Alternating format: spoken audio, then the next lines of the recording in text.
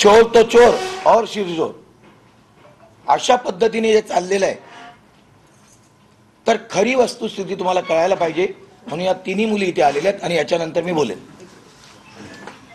बोल, नाव सांगतो. माझं नाव प्रियंका पेटणेकर. मी वायकर साहेबांसोबतच असते.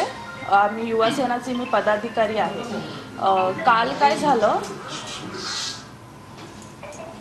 काल जेव्हा 11:30 पावणे 11च्या दरम्यान मी प्रिया आम्ही लोक सगळे घरी निघत होतो घरी जायला. तर आम्ही घरी जाताना गेटच्या बाहेर, गेट बंद होते, तर गेटच्या बाहेर कोणतरी पुरुष होते, 6 पुरुष होते.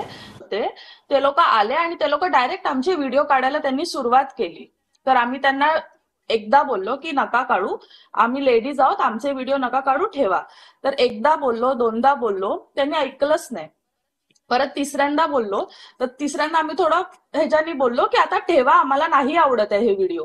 तर तरी ते लोक ऐकत नव्हते. तर प्रियानी त्यांच्या हातातला फोन खेचून घेतला. तर त्या एका माणसाने प्रियाच्या टी शर्ट वरती हात टाकला आणि तिचं टी शर्ट खेचलं, तिचं जे कुर्ता होता ते खेचलं, तर ते वरतून थोडं फाटलं. तर म्हणून मी तिला कव्हर करायला गेली, हेल्प करायला, तर त्या लोकांनी माझा सुद्धा कुर्ता खेचला आणि माझा कुर्ता इथून काल फाटला गेला. तर ह्याच्यामध्ये त्याच्यानंतर अजून ते लोक म्हणजे सगळे पुरुष वगैरे आले आणि आम्हाला शिवीगाळ केल्यानंतर साहेबांबद्दल काय काय बोलायला लागले.